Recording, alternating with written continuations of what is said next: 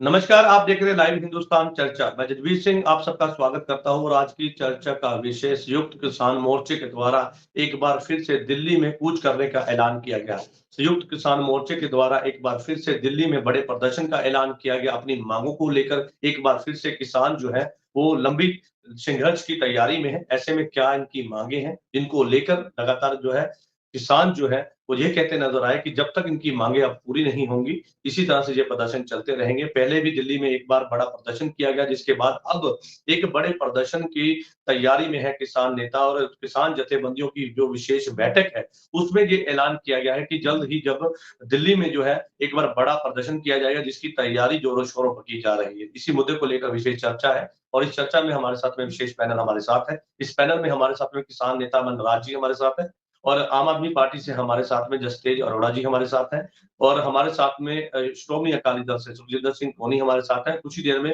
Bharatiya Janata party से हमारे साथ में इकबाल सिंह हमारे साथ जुड़ेंगे। आप सभी मेहमानों का इस चर्चा में स्वागत है। चर्चा की शुरुआत मनराज जी आपसे करेंगे। एक बार फिर से किसान जो है वो लंबे संघर्ष की राह पर है। पहले दिल्ली में लगातार प्रदर्शन किया और कई जो है किसानों की जो है शहीदी हुई। उसके बाद अब एक बार फिर से किसान जो है वो बड़े प्रदर्शन का ऐलान कर चुके हैं और तैयारियां जो है वो की जा रही है। आखिरकार क्या ऐसी डिमांड्स है, क्या ऐसी मांगे हैं जिनको लेकर किसान एक बार फिर से संघर्ष के राह पर चलने के लिए मजबूर है? मनराज जी। नमस्कार सर। नमस्कार। देखिए सर, जो किसान आंदोलन था वो पोस्टपोन किया गया था, खत्म नहीं किया गया था। उस समय भी किसान आंदोलन जो सरकार ने मांगे जो मानी थी, जो लिखती दिया था, उस समय वो पोस्टपोन किया गया था और 2 साल हो गए हैं। वो जो मांगे मानी थी वो वही की वही है। जो अधूरी मांगे हैं वो प्रॉपर अधूरी है और जो किसानी का संकट है वो और गहरा हो गया है। और 2 सालों में किसानी संकट और गहरा हो गया है।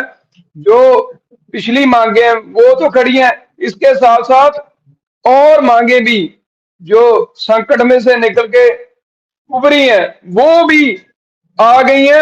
लखीमपुर खीरी जो पुरानी डिमांड्स है, स्वामीनाथन रिपोर्ट, C2+ फार्मूला है, बिजली शोध बिल 2020 सरकार ने उस टाइम लिखती माना था कि ये बिल है, जो बिजली बिल है, इसको हम नहीं लाएंगे। फिर 2022 में सरकार ने वो बिल संसद में ला दिया। किसानों के एकदम एजिटेशन के बाद जगह जगह वो बिल है जो वो कमेटी को भेज दिया गया, स्क्रीनिंग कमेटी को भेज दिया गया, वो बिल है। और जो WTO की जो उससे भारत को बाहर आने के लिए वो भी डिमांड है। और किसानों का समुच्चा कर्जा माफी, किसान मजदूर का कर्जा माफी, वो भी डिमांड है। भारतमाला प्रोजेक्ट के तहत जो हाईवे बन रहे हैं, जो जिसकी पंजाब को कोई जरूरत नहीं है, जितनी वो हाइट पे बढ़ रहे हैं उसका पंजाब को नुकसान ही होगा, फायदा नहीं होगा। लेकिन जो सरकार कर रही है वो है भी कलेक्टर रेट से, जे आप जमीन लेना चाहते हैं तो उससे 4 गुना रेट जो कलेक्टर रेट है उसे दें। और एक सवाल मनराज जी, कई बार बैठक होती है, केंद्र के साथ भी आप मीटिंग करते हैं, पंजाब सरकार के साथ भी आपकी कई मीटिंगें हो चुकी हैं। उस मीटिंग में क्या अभी तक किसी पर भी सहमति नहीं बनी? क्योंकि लंबे संघर्ष के बाद किसानों के साथ सरकारें ये कहती नजर आई कि हम कंधे से कंधा मिला के किसानी के साथ है, किसानों के लिए, किसानों के हित के लिए हमने बड़े कदम उठाए हैं। और एक बात का स्वागत उन्होंने किया कि हम एक प्लेटफॉर्म पर, एक टेबल पर बैठकर जो है किसानों के साथ हर मुद्दे पर बात करना चाहते हैं और हर मुद्दे पे बात करने के लिए कहा भी गया। लेकिन ऐसे में जब आपकी मीटिंग उनके साथ हुई तो क्या इन मसलों पर चर्चा नहीं हुई, जिसके बाद अब ये एक बड़ा जो संघर्ष का ऐलान कर दिया गया? सर देखिए, सेंटर के जो मिनिस्टर हैं, जो सुनने में तो बहुत अच्छा लगता है कि हम किसान के साथ हैं, ये बात सुनने में बहुत अच्छा लगता है। सरकार कहती है हम किसान के साथ है, लेकिन जब आंदोलन पोस्टपोन हुआ था तो उस समय सरकार ने जो कमेटी, हमें किसान को पता ही नहीं है कमेटी कहां बनी है। अब सुनने में आ रहा है उन्होंने भी मीटिंग कर ली है। हमें तो ये नहीं पता भी कौन कौन कमेटी में है, किसने मीटिंग कर ली। कोई किसान आगू नहीं गया, कोई किसी को बुलाया नहीं गया, क्या उसका एजेंडा रहा, क्या कहां तक वो किया, वो सिर्फ खाना पूर्ति की सरकार ने, कुछ भी नहीं किया। हमें तो कुछ भी नहीं की, 1% भी हमें नहीं लगता। हमें तो बल्कि ये लगता है कि सरकार तो जो 3 कृषि कानून सीधे लाना चाहती थी, वो तीसरे रास्ते से लागू करने को तुली हुई है। 250 जो सैलो है वो पंजाब के लिए मंजूर कर दिए गए हैं, 40 से 50 बन गए हैं। और जो आती है एक्साइड ड्यूटी है, जो बाहर से इंपोर्ट कराते हैं चीजें, उन पे एक्साइड ड्यूटी खत्म करने 18% कर दिया है, और फरवरी में और खत्म करने की प्रयास कर रहे हैं। ठीक है मनराज जी, मैं लौटूंगा आपके पास। हमारे साथ में आम आदमी पार्टी के जसतेज अरोड़ा जी हमारे साथ है। जसतेज जी, यहाँ पर आपने सुना मनराज जी सीधे तौर पर जो किसान नेता है वो जो कहते हैं कि मीटिंगें लगातार होती हैं, लेकिन उस मीटिंग में जो एजेंडा रखा जाता है उस पर काम नहीं किया जाता, जो वादे किए जाते हैं उस पर काम नहीं किया जाता, चाहे वो केंद्र सरकार हो या पंजाब सरकार। वो कहते हैं कि हमारी मांगे मानी नहीं जाती, अगर मानी भी जाती तो पूरी नहीं की जाती। देखिए, हमारी एक ड्यूटी बनती है बतौर स्टेट गवर्नमेंट कि हमें किसानों का ख्याल रखना ही है।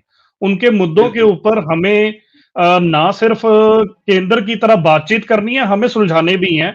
और जो स्टेट गवर्नमेंट की ड्यूटीज बनती हैं, मैं ये नहीं कहता कि हाँ जी हमने इनके सारे मुद्दे सुलझा दिए, बट एटलीस्ट हम एक मैसेज देने में अभी तक जो मुझे लगता है कि एक हम मैसेज दे रहे हैं और वो मैसेज इनको पहुंचाने तक कोशिश कर रहे हैं कि आप हमें, अगर आप स्टेट गवर्नमेंट के एक्शंस देखिए कि फॉर एग्जांपल जैसे 2571 करोड़ जो सा पिछली सरकारों का गन्ना किसानों का बकाया था, तो हमने उसके अंदर सारा का सारा उतार दिया, सिर्फ 15 करोड़ रहता है।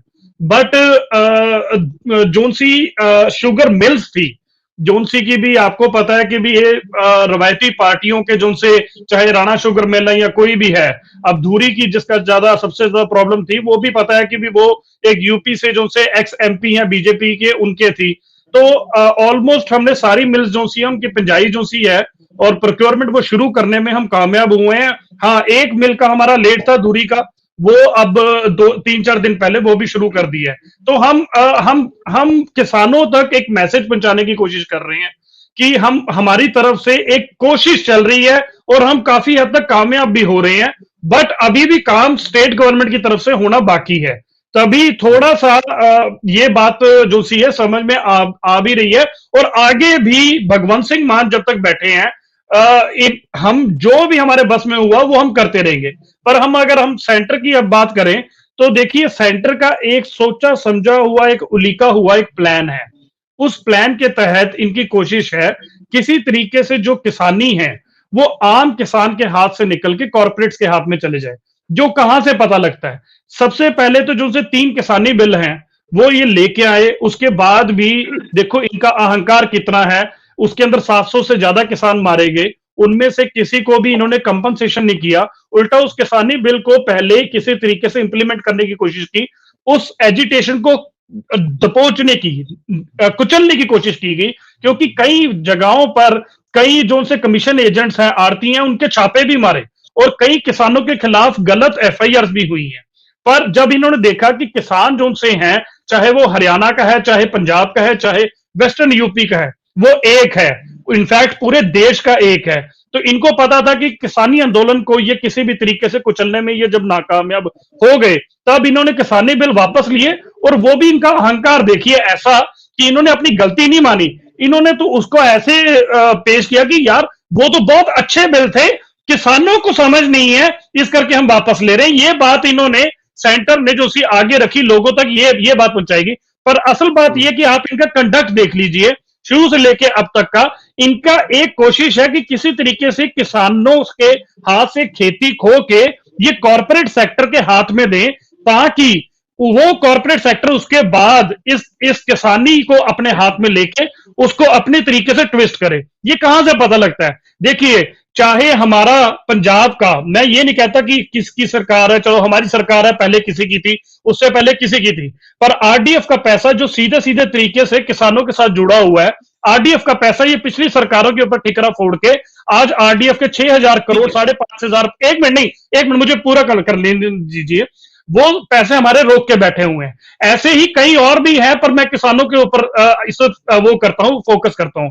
अब एक तरफ तो यहाँ पे 5,500 करोड़ रोक के बैठे हैं, दूसरी तरफ पिछले 5 साल के अंदर मोदी जी की सरकार ने 10 लाख करोड़ जो सा दो तीन कुछ फैमिलीज हैं, गिनी चुनी फैमिलीज, उनका इन्होंने जो सा कर्जा है वो राइट ऑफ कर दिया।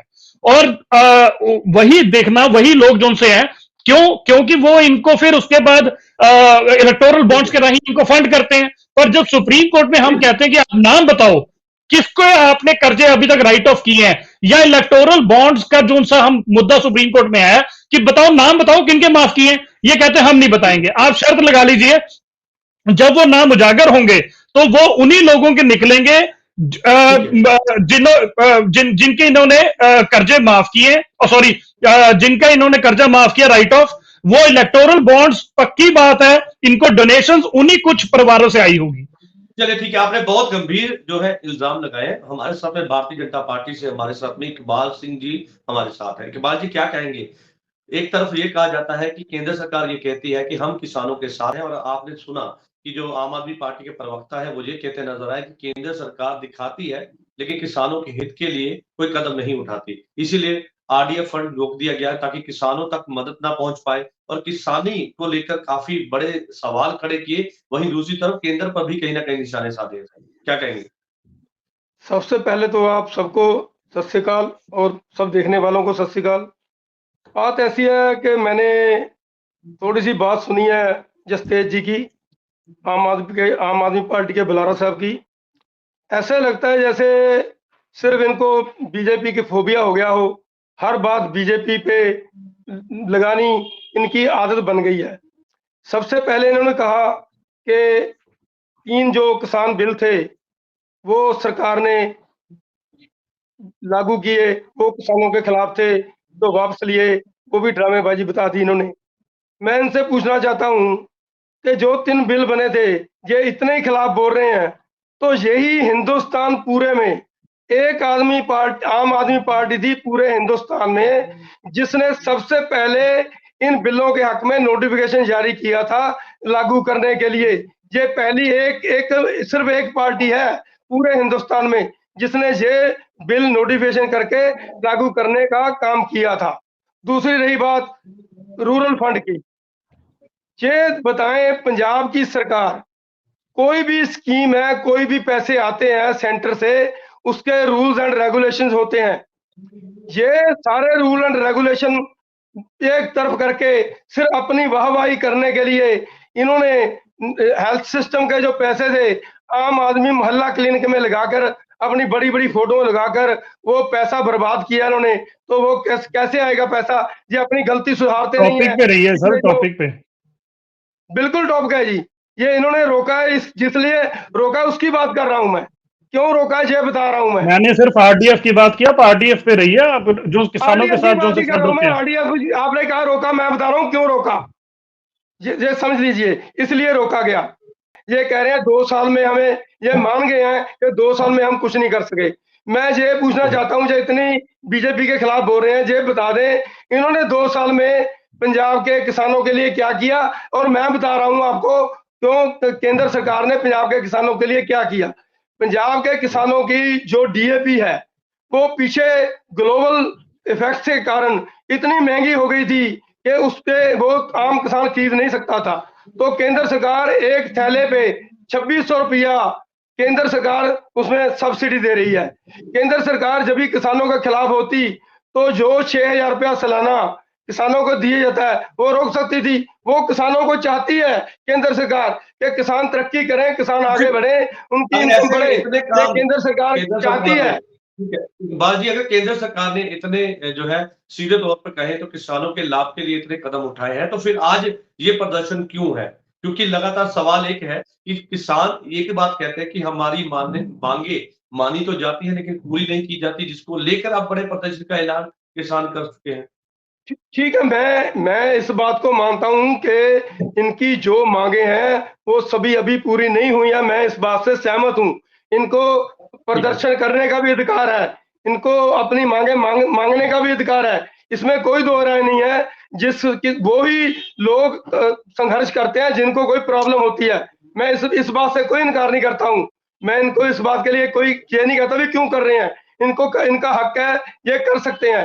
पर केंद्र सरकार भी चाह रही है कि इन किसानों की हर बात मानी जाए। ये देखो, मैं एक बात कहता हूँ, उसका गुस्सा मत करना। अभी 5 स्टेटों में चुनाव हुए, वहां भी बहुत गिनती में किसान रहते हैं, वहां भी लोगों ने बीजेपी को पसंद किया। इसका मतलब है कुछ तो बीजेपी ने काम किए हैं, तभी लोगों ने उनको वोट पाई है। ये मैं कहना चाहता हूँ। बाकी इस बात के लिए मैं क्लियर हूँ कि केंद्र सरकार किसानों के हक में काम कर रही है।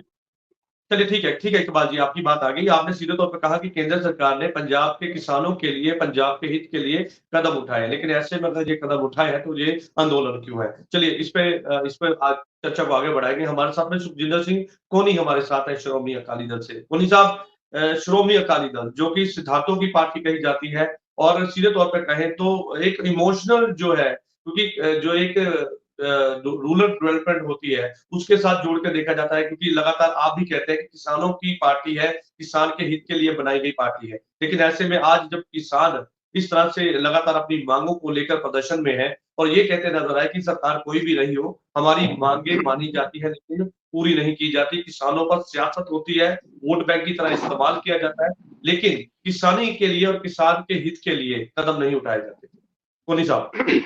देखिए जसबीर जी, श्रोमणी अकाली दल पंजाब के हितों के या किसानों के हितों के लिए किसी विरोधी के ये कहने से कि ये नहीं जी हमें, उससे कुछ बदल नहीं जाएगा। सभी को हमारे जो हमारी अकाली गवर्नमेंट ने जो किसानों के लिए किया है वो दीवार पे लिखे जैसा है, सबको दिखता है, पहली बात। दूसरी बात, आज की डिबेट का तो मेन है जो एक तो किसान आगू सवाल कर सकते हैं कि क्यों, कुछ आपकी कुछ बातों का जवाब उनके पास है और कुछ वो सवाल कर सकते केंद्र को, जहाँ कुछ थोड़े बहुत स्टेट को भी कि ये नहीं हुआ।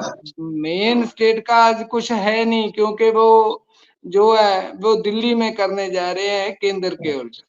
तो मेन तो किसान आगू है जो, वो भी आप पूछोगे कि क्यों कर रहे हैं, वो उसका जवाब ये दे सकते हैं, सवाल कर सकते हैं, जो बीजेपी को प्रवक्ता को कर सकते हैं। हमारा और ये पंजाब सरकार का कह लो या आप जसतेज जी का कह लो, हमारा तो ऐसा है कि हम तो बीच बीच में अपनी उपलब्धियां बता सकते हैं, बीच बीच में अपने नंबर कह लो बनाने। मेन दो काम है जो इनके है कि इनके एक सवाल है, उनके जवाब है, जो आज की डिबेट जिस हिसाब से जो मुद्दा है मेरे हिसाब से। बाकी जो बात निकलेगी उसमें करेंगे। हाँ, इतना जरूर है कि इतना बड़ा आंदोलन हुआ, इतने जाने भी 700 किसानों की गई, और हमारा गठजोड़ भी 25 साल का हमारा वो गठजोड़ भी छूटा, सरकार वजारत भी छूटी। बट ये सारे मुद्दे उस टाइम खत्म होने चाहिए थे, क्योंकि इतनी कुर्बानी है, इतना सारा कुछ 1.5 साल के करीब जो चली थी, जो वादे गवर्नमेंट ने किए थे उन्हें भी पूरे करने चाहिए थे, जो किसानों की थी उन्हें भी वो लेकर जैसे भी उसकी पैरवाई करनी वैसे बनती थी कि इतना टाइम आप देना नहीं चाहिए था मेरे हिसाब से, क्योंकि जब कोई चीज गर्म होती है, जब मुद्दा बखा होता है तो उसी टाइम हल होना चाहिए था। मेरा ये निजी ये सोचता हूँ। चलिए ठीक है, आपने बहुत अच्छी ईमानदारी से ये बात कही कि आज का जो विषय है उस पर फोकस होना चाहिए। सरकारों के साथ सवाल जवाब है और जो मांगे हैं वो किसान बता सकते हैं। किसान नेता मनराज जी हमारे साथ है। जसतेज जी, मैं आपके पास लौट रहा हूँ, एक रिएक्शन जो है मनराज जी से ले लूं। मनराज जी, आपने सुना आम आदमी पार्टी के प्रवक्ता भी यहाँ पे हैं, बीजेपी के प्रवक्ता भी यहाँ पे हैं और अकाली दल के प्रवक्ता भी यहाँ पे हैं। सीधे तौर पर वो कहते हैं कि आपकी मांगे, क्योंकि केंद्र ये लगातार कहती है कि हम किसानों के हित के लिए कदम उठा रहे हैं, लेकिन ऐसे में किसानों को कहीं ना कहीं वो जो उठाए कदम थे उनके उनके बारे में नहीं समझा पाए या उनको बता नहीं पाए, जिसके बाद इस तरह के आंदोलन जो है, हालांकि ये कहा जाता है कि आंदोलन करना आपका अधिकार है, आपका राइट है, आप कीजिए, लेकिन अपनी बात एक प्लेटफॉर्म पे, एक टेबल पे रखा जाए ताकि आपकी बातों पर चर्चा होके उसका समाधान निकाला जाए। मनराज जी।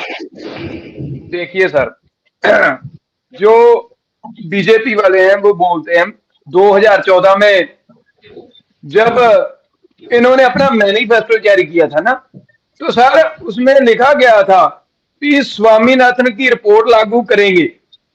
स्वामीनाथन की रिपोर्ट कहती है कि C2+50 कॉस्ट ऑफ प्रोडक्शन उसका 50%, उसका 50% मुनाफा देंगे।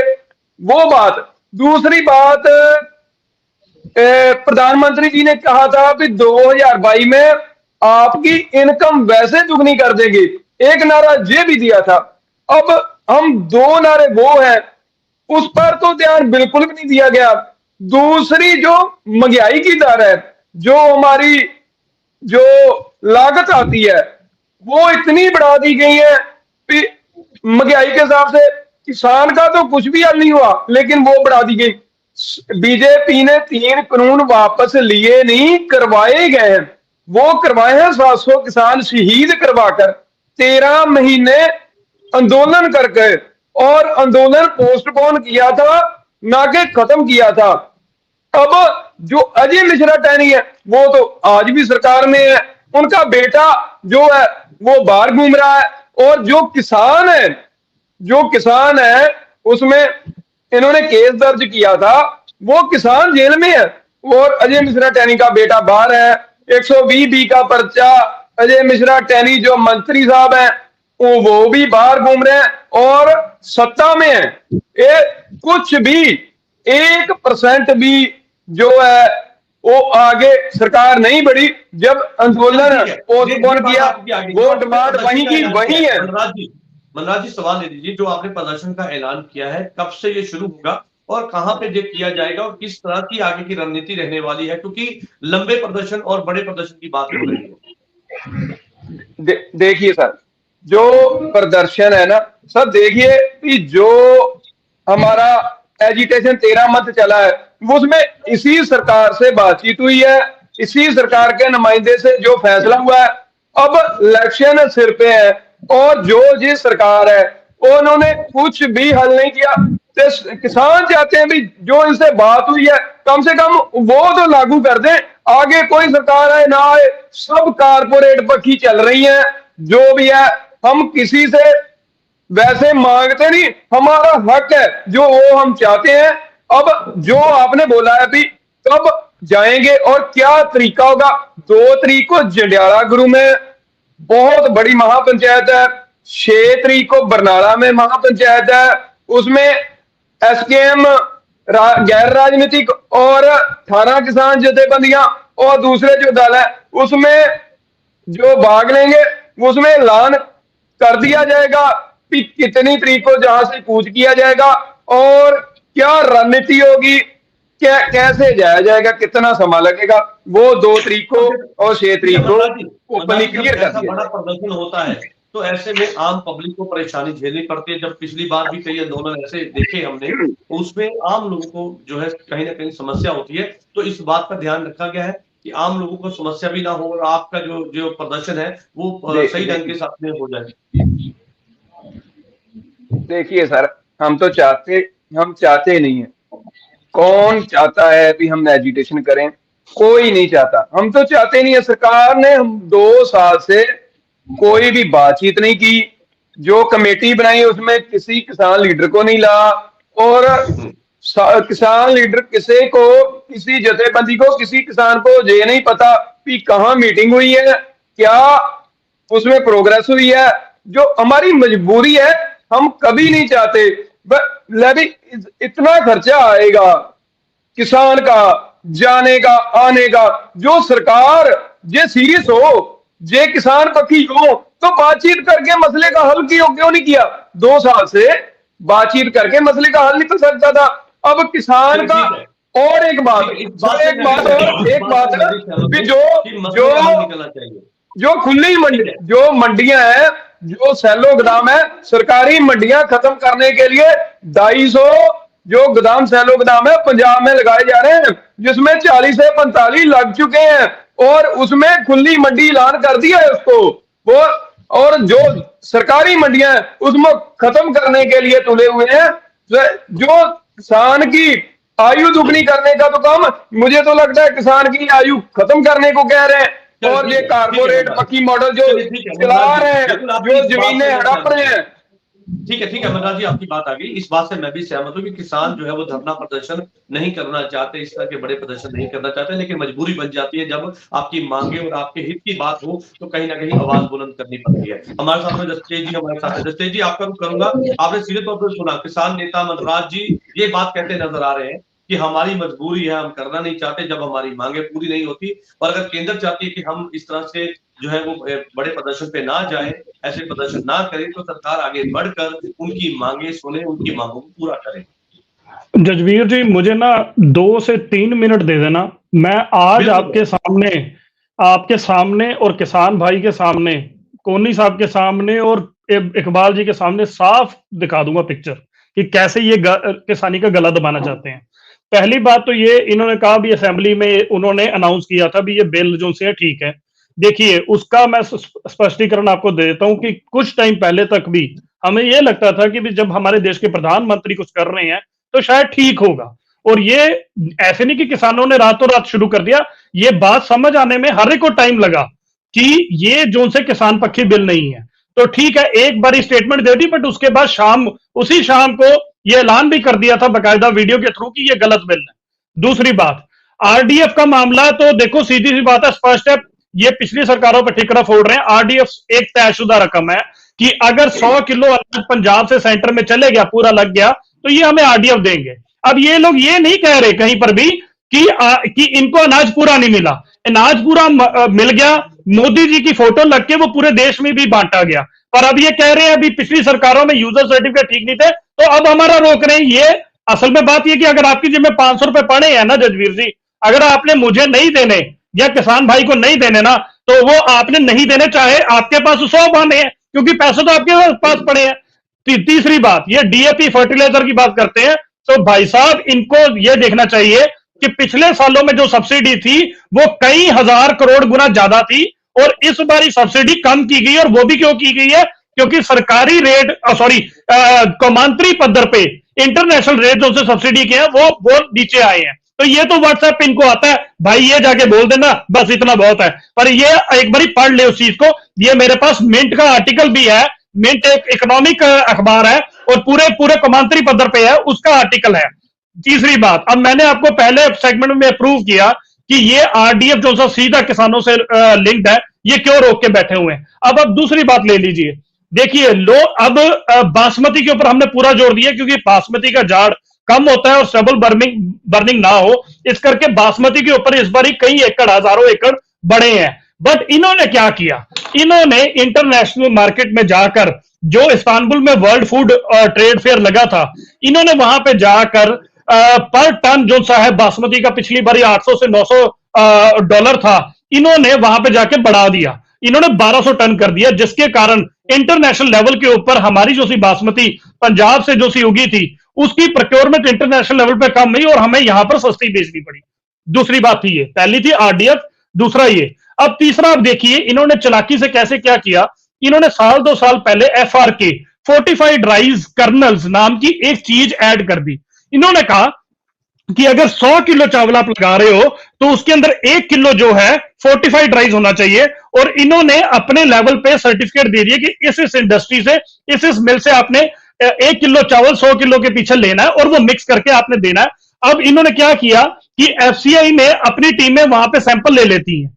अब 2-2, 3-3 महीने पहले जो सी प्रोक्योरमेंट हुई है, इन्होंने 2-2, 3-3 महीने बाद वो सैंपल फेल होने क्या होने, इन्होंने बहाना बना लिया कि ये जो से फोर्टिफाइड राइस है, प्रोटीन मतलब उसके अंदर फॉलिक एसिड जो सा है वो राइस कम है, फॉलिक एसिड कम है, उस बहाने से इन्होंने मिलों के ऊपर जो सा है वो जो सी प्रोक्योरमेंट हुई थी वो खर्चा डाल दिया करोड़ों रुपए में पंजाब की मिलों के ऊपर।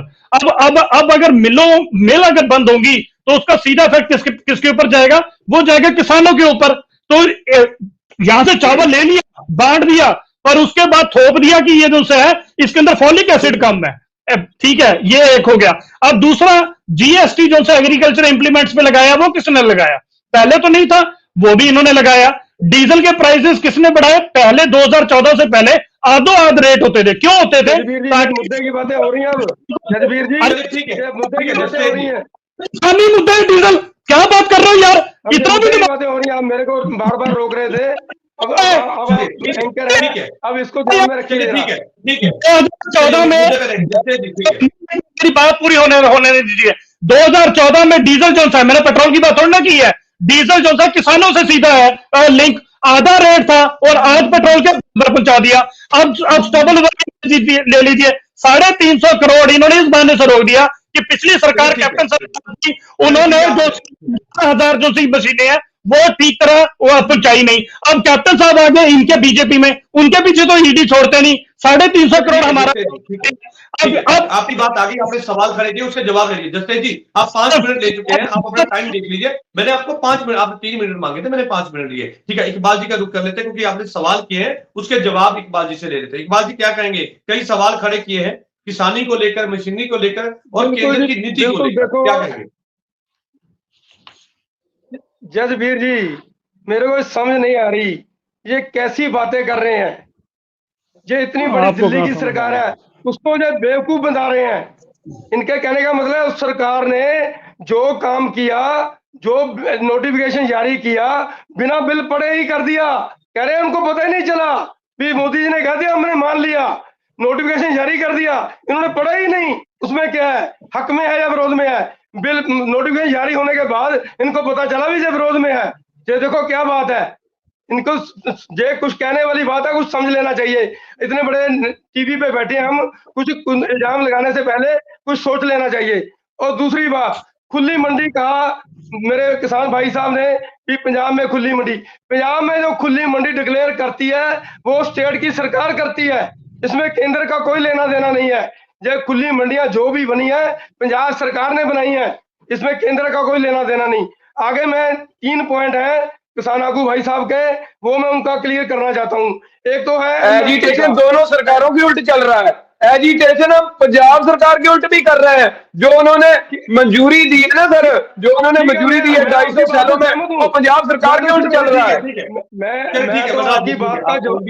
आपकी बात को क्लैरिफाई करना चाहता हूँ।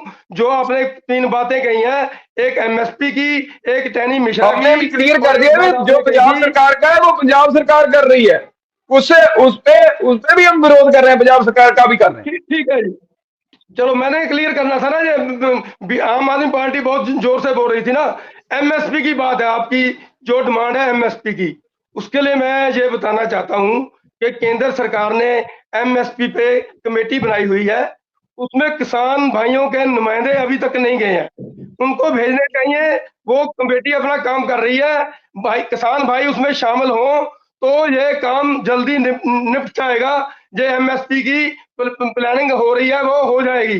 रही मिश्रा टैनी की बात, देखो अजय मिश्रा टैनी के बेटे ने जो काम किया वो इससे, उसको किसी ने नहीं कहा भी उससे ही काम है, इससे गलत काम नहीं है, उस पर पर्चा दर्ज हुआ, वो घूम नहीं रहा, उसकी मां बीमार थी, उसको पैरोल नहीं मिली, उसको सुप्रीम कोर्ट ने पैरोल दी तब उसको छोड़ा गया।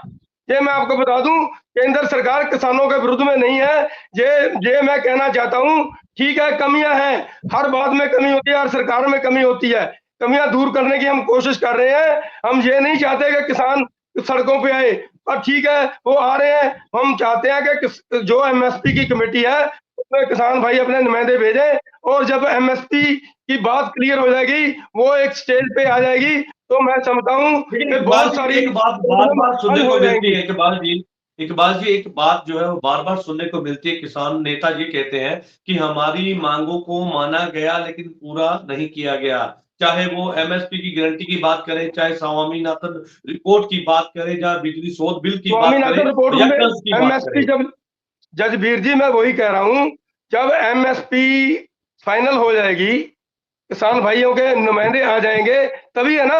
अब सरकार एमएसपी फाइनल कर दे, फिर किसान भाई कहेंगे भी ये हमें मंजूर नहीं है। इन्होंने अपने नुमाइंदे भी तक भेजे नहीं है। देखो जो ना इनकी जिम्मेदारी बनती है ना अपने नुमाइंदे भेजें। मैं इनको अभी भी रिक्वेस्ट करता हूँ ये अपने नुमाइंदे एमएसपी कमेटी में भेजें, वहां फाइनल हो। जब एमएसपी हो जाएगी तो बहुत सी प्रॉब्लम हल हो जाएंगी। मेरे ख्याल में किसानों को फिर धरने देने की जरूरत नहीं रहेगी। जो थोड़ी बहुत ही प्रॉब्लम होगी वो बातचीत से हल हो जाएंगी। ये एमएसपी कमेटी में अपने मेंबर भेजें, एमएसपी हो जाएगी तो बहुत सारी प्रॉब्लम हल हो जाएंगी। जो केंद्र सरकार है वो किसानों के हक में काम करने की कोशिश कर रही है। किसान जाते हैं। ठीक है मनराज जी, अंतिम में क्योंकि मेरे पास समय की कमी है, अपना एक छोटा सा रिएक्शन मनराज जी। देखिए सर, जो मेरे भाई बात कर रहे हैं कि एमएसपी कमेटी बना दी गई है। सर देखिए, जो कमेटी सरकार जो तय हुआ था, जब पोस्टपोन हुआ था, जब सहमति बनी थी, जो तय हुआ था वो मापदंड तो सरकार ने एक भी नहीं माना। जो कमेटी बनाई है उसमें बहुमत से फैसले होंगे और बहुमत है जो सरकार पक्षी जो नुमाइंदे उनका है। और सरकार ने उस टाइम माना था कि जो किसान नेता है वो भी अपनी बात पूर्ण रख सकेंगे और वो कोई भी लेटर नहीं आया जो तय हुआ था उसमें कोई भी बात नहीं हुई, इसलिए किसानों ने विरोध किया। में जाते हैं अपनी बात रखेंगे तभी आपकी बातों का पता चल पाएगा ना सर। वो तो आपको खुला सद्दा दिया उन्होंने कि आप आइए बैठिए बात करिए, लेकिन आप उस कमेटी का हिस्सा नहीं बन जो मापदंड तय हुए हैं सर, कोई भी बात मेज पे होती है, टेबल पे टॉक होती है, उसके मापदंड क्लियर किए जाते हैं।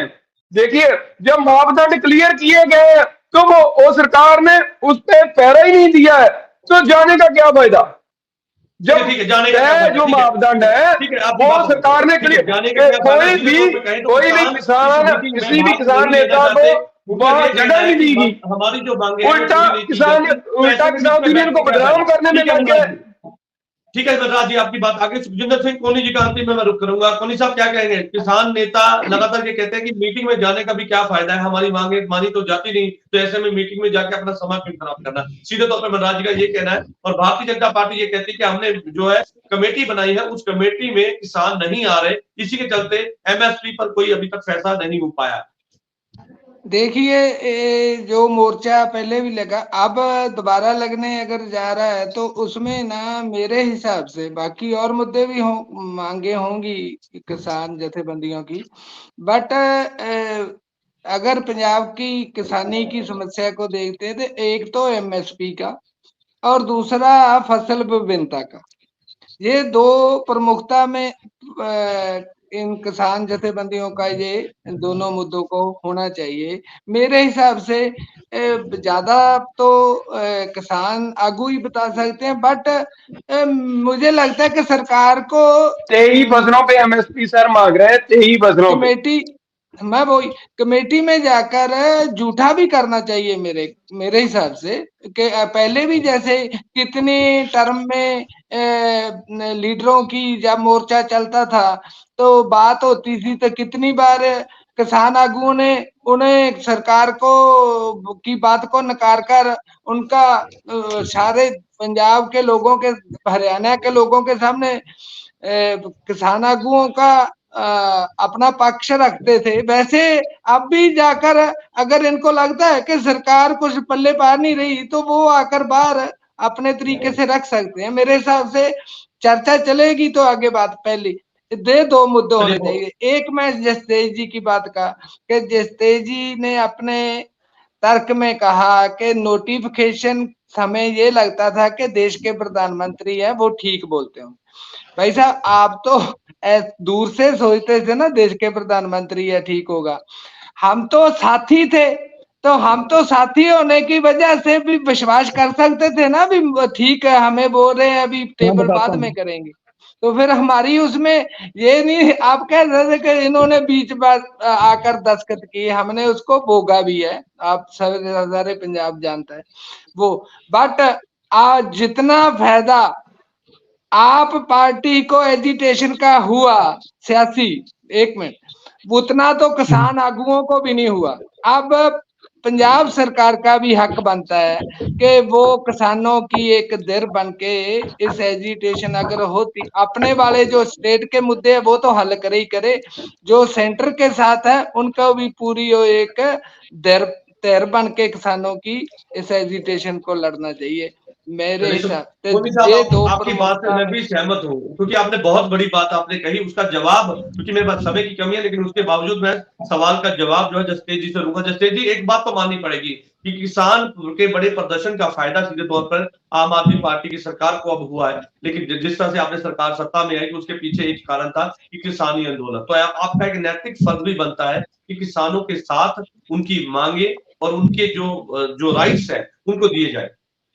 देखिए, पहली बात तो ये है कि हमारा किसानों ने बहुत साथ दिया और हमें पूरा विश्वास है कि हम इनको अपने साथ जोड़ के रखेंगे हमेशा।